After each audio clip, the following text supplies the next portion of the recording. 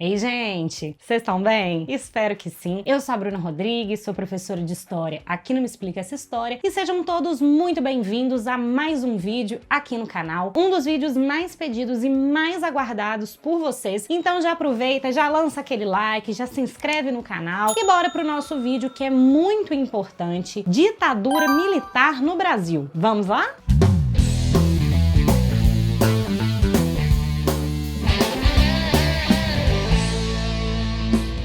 Bom, se você assistiu ao meu último vídeo no canal sobre o governo do João Goulart e o golpe de 64, sabe que no dia 1º de abril deste ano, João Goulart deixava a presidência da República, que estava sendo ocupada agora pelos nossos militares. E eles darão início aí a um período muito importante na nossa história, conhecido como ditadura militar e, para alguns historiadores, ditadura civil-militar, porque muitos historiadores reconhecem que, apesar dos militares estarem ali à frente do poder executivo, eles não teriam conseguido sustentar esse governo sem o apoio de pessoas e camadas importantes aí da população civil. E este período então se estendeu de 64 a 85. E apesar de ser um período longo, ele não foi homogêneo, ou seja, os militares não eram coesos, eles não pensavam todos da mesma forma. Muitos enxergavam que esse golpe seria algo pontual e temporário. Eles eram chamados castelistas, ou seguidores da linha Soborne, diferentemente dos chamados linha dura, que não tinham tempo pré-determinado para deixar o poder e não vislumbravam tão cedo um retorno à democracia. Bom, fato é que o primeiro presidente a governar aí durante a ditadura militar será Humberto Castelo Branco, e o seu governo se estenderá de 1964 a 1967. Assim que ele assume o governo, ele já vai dar início a uma prática que vai ser muito frequente durante todo o governo militar, que será a inauguração de atos institucionais, que na verdade nada mais são do que decretos-leis, ou seja, os nossos presidentes terão autonomia de fazer decretos sem a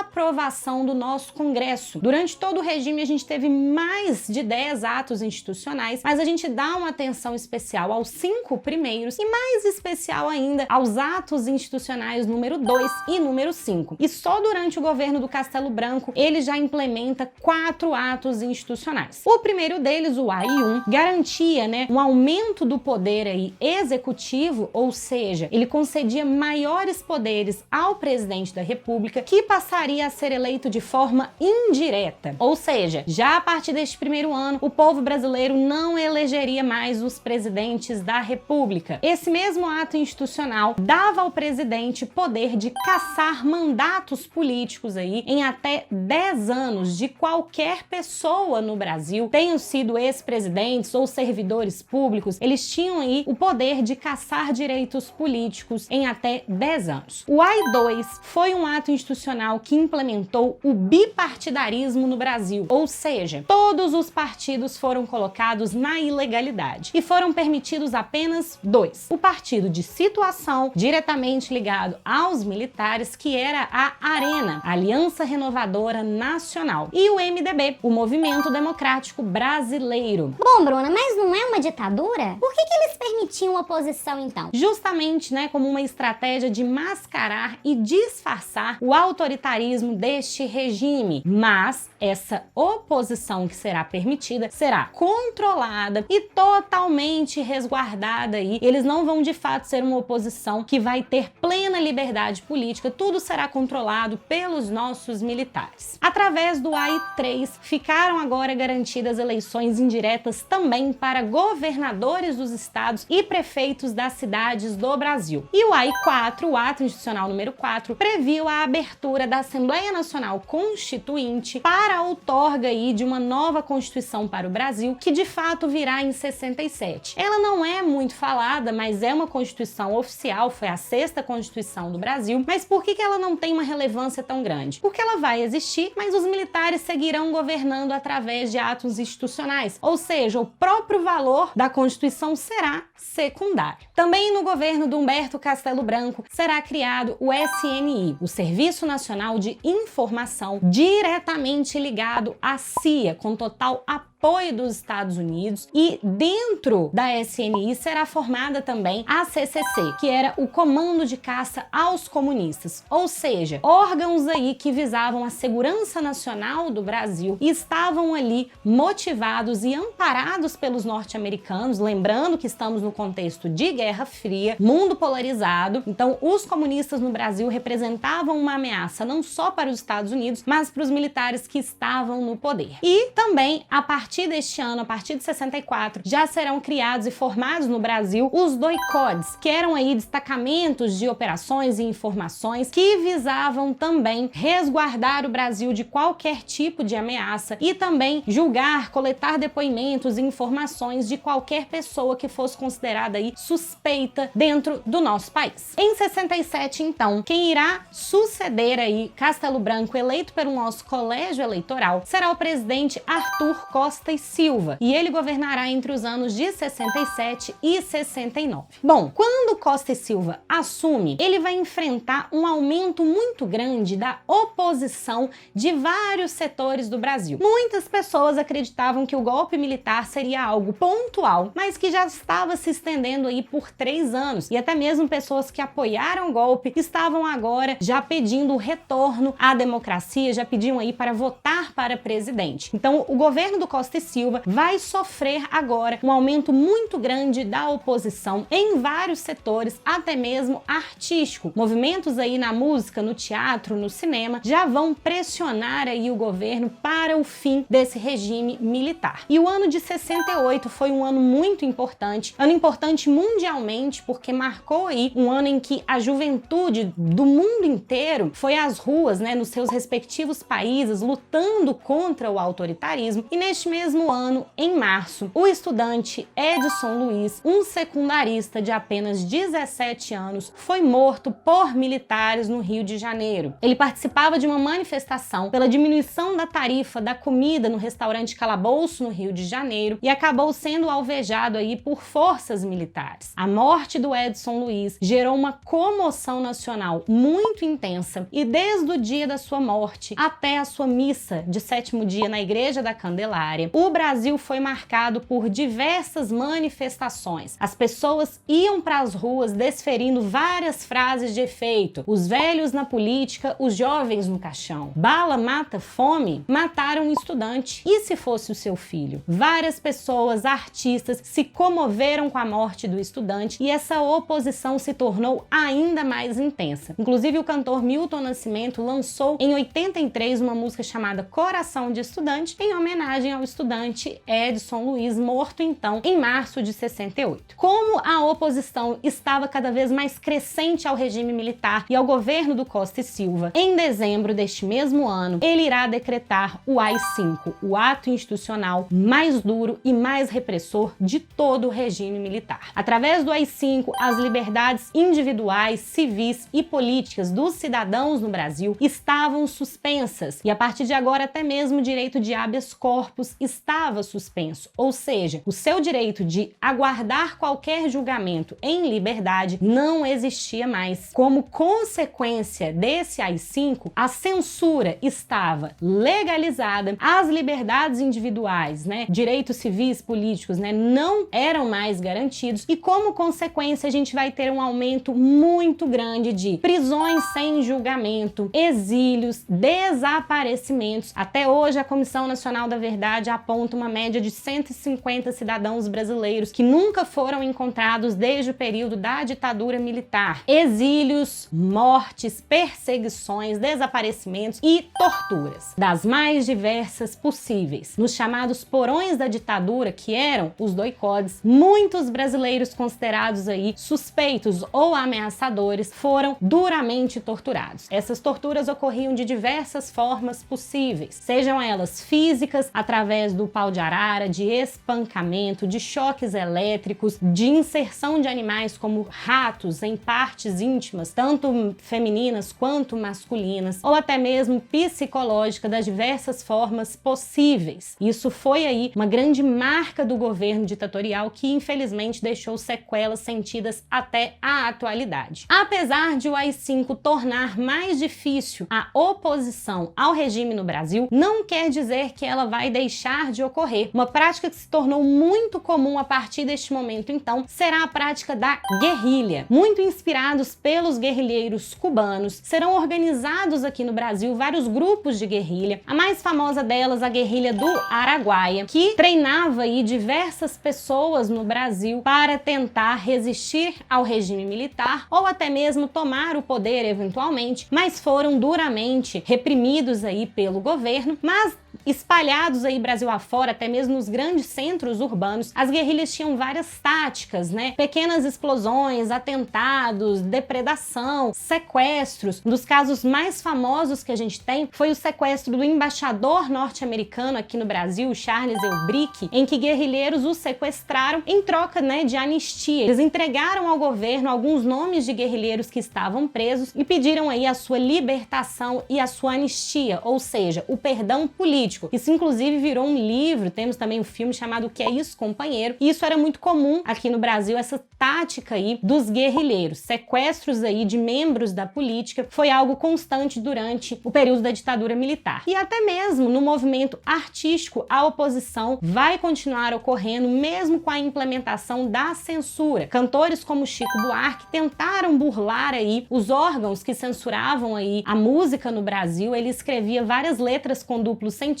tentando colocar a sua oposição nas entrelinhas. O movimento da Tropicália, né, de Caetano, era um movimento artístico forte, o que fez com que eles fossem, inclusive, mandados para o exílio. Mas fato é que a oposição à ditadura militar, apesar de ser cada vez mais reprimida, nunca deixou de existir durante todo o regime. Bom, em 69, o Costa e Silva sofrerá um AVC e será afastado da cadeira da presidência. Quem deveria assumir o governo, então, era o seu vice, o Pedro Aleixo. Qual que era o problema? Pedro Aleixo era um civil, então os militares da linha dura não queriam entregar o governo do Brasil na mão de um civil. E aí, meus amigos, rolou um golpe dentro do golpe, porque o Brasil não é para amadores, vocês sabem disso. E aí, quem irá assumir então em 69 será Emílio Garrastazu Médici, que irá governar de 69 até 74 e irá inaugurar aí o período mais intenso da ditadura militar, que ficou conhecido como Anos de Chumbo. Assim que ele assume, ele irá contratar como ministro da Fazenda um carinha chamado Delfim Neto, e juntos irão propor algo que ficou conhecido como milagre econômico. Sob as palavras do próprio Delfim Neto, eles iriam fazer crescer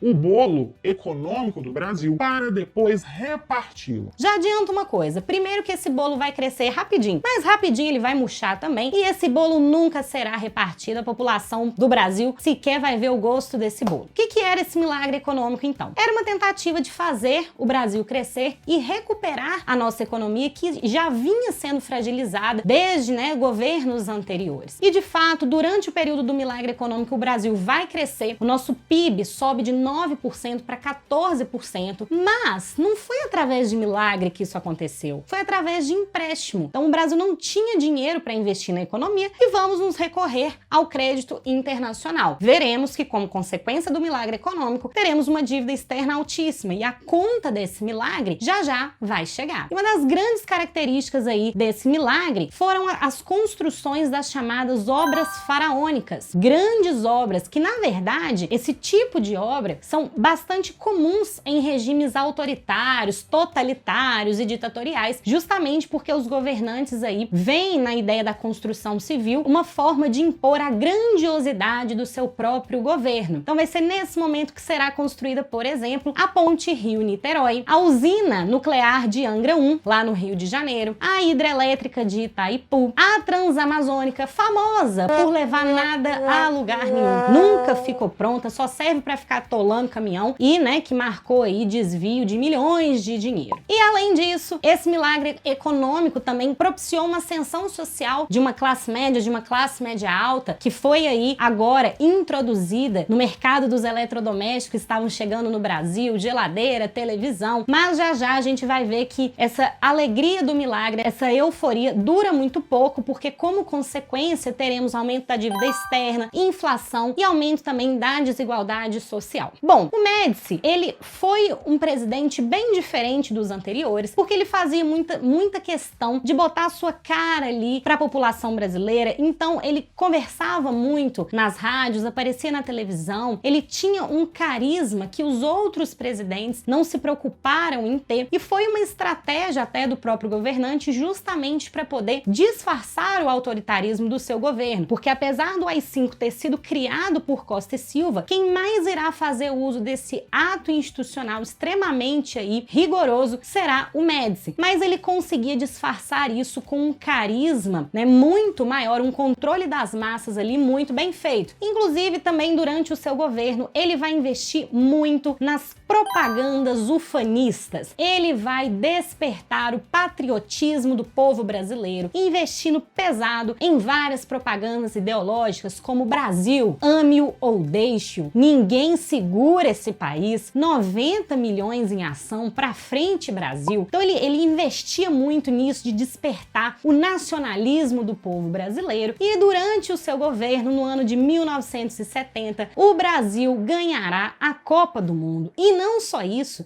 será a primeira seleção que vai ter aí o tricampeonato, né? Nenhuma outra seleção até então era tricampeã mundial. Alguns historiadores chegam a especular se essa vitória não teria sido aí, né, financiada pelo nosso governo. Não sabemos, não cabe a nós julgar, mas fato é que foi uma vitória muito importante para o governo na época. O Médici, de fato, ele influenciava muito na seleção, inclusive, né, vésperas aí da Copa do Mundo, eles afastaram da comissão técnica do Brasil um técnico declaradamente comunista em substituição aí por um politicamente neutro, que será o Zagallo. Mas a gente não pode, né, deixar de valorizar o brilhantismo daquela seleção de 70, a seleção de Pelé, de Rivelino, Tostão. Mas a influência do Médici, ela era conhecida, inclusive ele fazia questão de aparecer em algumas concentrações da seleção, ele contratava alguns artistas famosos para tocar antes ali pro pessoal. O mais famoso deles, né, vai ser o Wilson Simonal. E quando o Brasil ganhou aí a Copa, ele fez questão de parabenizar os nossos jogadores, e fato é que essa vitória veio muito a calhar para o governo Médici, porque vocês sabem que o futebol é um grande pão e circo muito eficiente, e uma vez que o povo brasileiro estava ali eufórico com essa vitória, os olhos eram distanciados de problemas políticos, econômicos e sociais, porque o país do futebol aí comemorava esse título muito importante para o futebol e desviava a atenção de assuntos ali, de pautas que poderiam, né, prejudicar o governo. Porém, no ano de 71, o mundo irá viver a chamada crise do petróleo. O Oriente Médio, que monopolizava a exportação de petróleo, vai se fechar e aumentar em mais de 400% o preço dos barris de petróleo, fazendo com que o Brasil sofresse uma crise econômica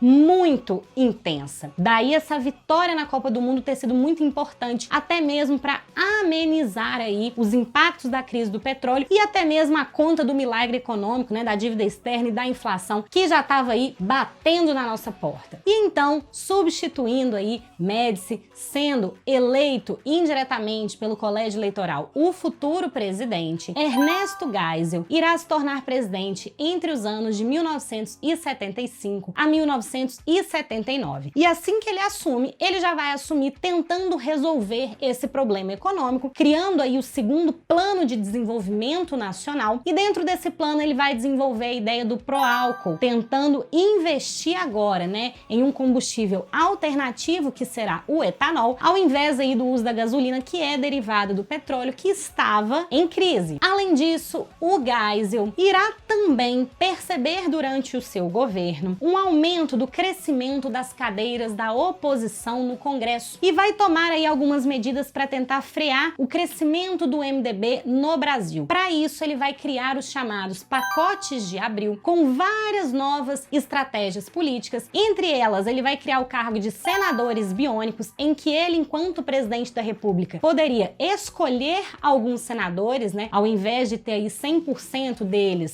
sendo eleitos pelo povo brasileiro. E também vai criar a chamada Lei Falcão, em que ele vai permitir que a oposição, durante os seus comícios, indique apenas o nome e o número do candidato, cortando aí aquelas propagandas eleitorais sociais, né, tentando minar a campanha da oposição para o crescimento aí da Arena. Porém, o Geisel, que era daquela linha castelista, uma linha aí teoricamente mais de boa em relação aos militares, ele vai implementar agora um projeto político de abertura à democracia. Porém, essa reabertura ocorreria de forma lenta, gradual e segura. Ou seja, ele falava que se a gente deixasse o retorno à democracia na mão do povo, o negócio ia virar bagunça e eles iam perder o controle do Brasil e poderia haver o chamado revanchismo da parte da população que foi diretamente afetada pelo governo e eles poderiam sofrer algum tipo de retaliação. Então a gente começaria a se reabrir à democracia, mas isso ocorreria pelas mãos do próprio governo militar. E no primeiro ano do seu governo, em 75, ocorreu um fato também muito importante, que foi a morte de um jornalista chamado Vladimir Herzog. Ele teria sido chamado para prestar depoimento nos porões ali da ditadura, né, nos doicodes, e acabou desaparecendo. Logo depois, a imprensa notifica uma foto dele, alegando que ele teria cometido suicídio. Porém, a partir da própria foto divulgada pela imprensa, a própria população do Brasil já percebeu que isso, na verdade, não se tratava de um suicídio, porque era humanamente impossível ele suicidar naquelas condições em que os seus pés tocavam o chão, mas que aquilo se tratava, na verdade, de um homicídio feito ali pelos próprios militares. A morte do Herzog comove a população que, tal como na morte do Edson Luiz, se mobiliza também em uma oposição a esse regime militar e pedindo aí essa reabertura, né? Tá aí uma das grandes motivações do Geisel em reabrir, em pelo menos anunciar ao povo brasileiro que começaríamos um processo aí de reabertura à democracia, e em 78 ele irá revogar durante o seu governo o AI-5, aquele ato institucional mais duro feito durante o regime militar. Em 1980, sendo aí o último presidente militar no Brasil, quem irá assumir será João Batista Figueiredo, que ficará no governo entre os anos de 1980 a 1985. E assim que ele começa aí o seu governo, ele dá sequência a essa reabertura proposta pelo Geisel e ele irá assinar a chamada Lei da Anistia. Essa lei declarava aí perdoados todos os que foram presos, exilados ou punidos durante o regime militar, né, sendo condenados por crimes políticos. Então as pessoas que estavam presas ou no exílio agora poderiam retornar para o Brasil, para suas casas, e os seus crimes seriam aí perdoados. Qual foi o grande problema, né, a grande controvérsia da Lei da Anistia? Ao mesmo tempo que essas pessoas foram perdoadas, todos os militares que estavam sendo acusados aí de abuso de poder, de serem torturadores, foram também perdoados e nunca foram condenados pelos crimes que eles cometeram durante esse regime. E apesar do Brasil estar, né, caminhando a passos lentos, da forma que o Geisel mesmo propôs, para a democracia, muitos militares dos chamados, né, linha dura, não concordavam com essa reabertura, pois acreditavam que era preciso a manutenção da ditadura, eles precisariam continuar no poder aí por mais tempo. E alguns militares vão começar a se voltar contra essa reabertura e esses governantes aí que propunham a redemocratização. Teremos então, em 1981, em retaliação aí a essa abertura, o famoso atentado ao Rio Centro, no Rio de Janeiro, em que um carro-bomba, né, explode, e essa organização foi toda encomendada por militares da linha dura que não queriam aí esse processo de redemocratização, mas apesar dessa oposição, o Figueiredo vai dar sequência a esse projeto, né, encabeçado aí pelo Geisel. Ele irá revogar então o bipartidarismo, né, o AI-2 será revogado e teremos o retorno dos partidos políticos, né, o pluripartidarismo irá retornar, a Arena irá se tornar agora PDS, o Partido Democrático Social, e o MDB se tornará PMDB, e vários novos partidos agora surgirão na tentativa de assumir a presidência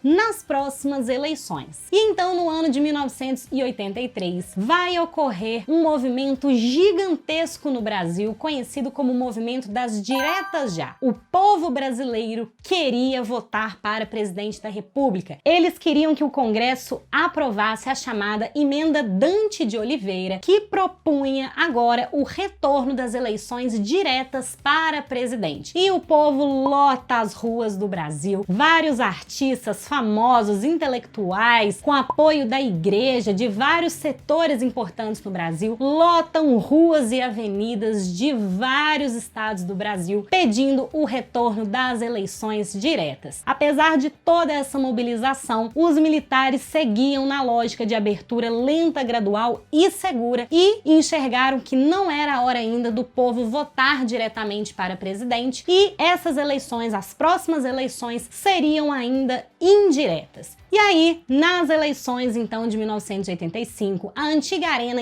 irá lançar o candidato Paulo Maluf e a oposição irá lançar Tancredo Neves para disputar as eleições. Tancredo Neves vai ter como vice José Sarney, que era na verdade um ex-apoiador da Arena. Na verdade, ele teve a sua vida política construída na antiga UDN, aquela lá do Carlos Lacerda, e foi filiado da Arena também. Porém, eles articularam ali que ele teria brigado com Paulo Maluf e ele acabou indo para a oposição. E vencendo aí as eleições e colocando fim na nossa ditadura militar, Tancredo Neves foi o último presidente eleito indiretamente pelo colégio eleitoral ali durante o regime militar. Porém, como acredito que a maioria já sabe, Tancredo Neves acabou morrendo antes de conseguir tomar posse. No dia 21 de abril, dia de Tiradentes, inclusive, foi notificada a sua morte, que hoje, né, os especialistas que estudaram ali o que ocorreu com Tancredo Neves, eles alegaram ali uma diverticulite, mas que hoje os especialistas já apontam que, na verdade, a sua morte teria sido causada por um tumor que foi mantido em segredo pelos próprios médicos de Tancredo Neves. A morte dele gera aí um monte de teoria da conspiração, mas o fato é que Tancredo Neves morreu antes de tomar posse e quem assumirá aí o governo do Brasil após a ditadura militar será José Sarney, que inaugurará um novo período da nossa história, conhecido aí como a Nova República. Mas isso é matéria para o nosso próximo vídeo. Se você gostou dessa aula e entendeu tudo sobre a ditadura militar no Brasil, não esquece de deixar o seu like, de enviar esse vídeo para todo mundo que você conhece. Se ainda não foi inscrito, de se inscrever no canal e deixa aqui nos comentários o que você achou dessa aula e a sua contribuição. E eu te espero, é claro, para o nosso próximo vídeo. Um beijo e até lá!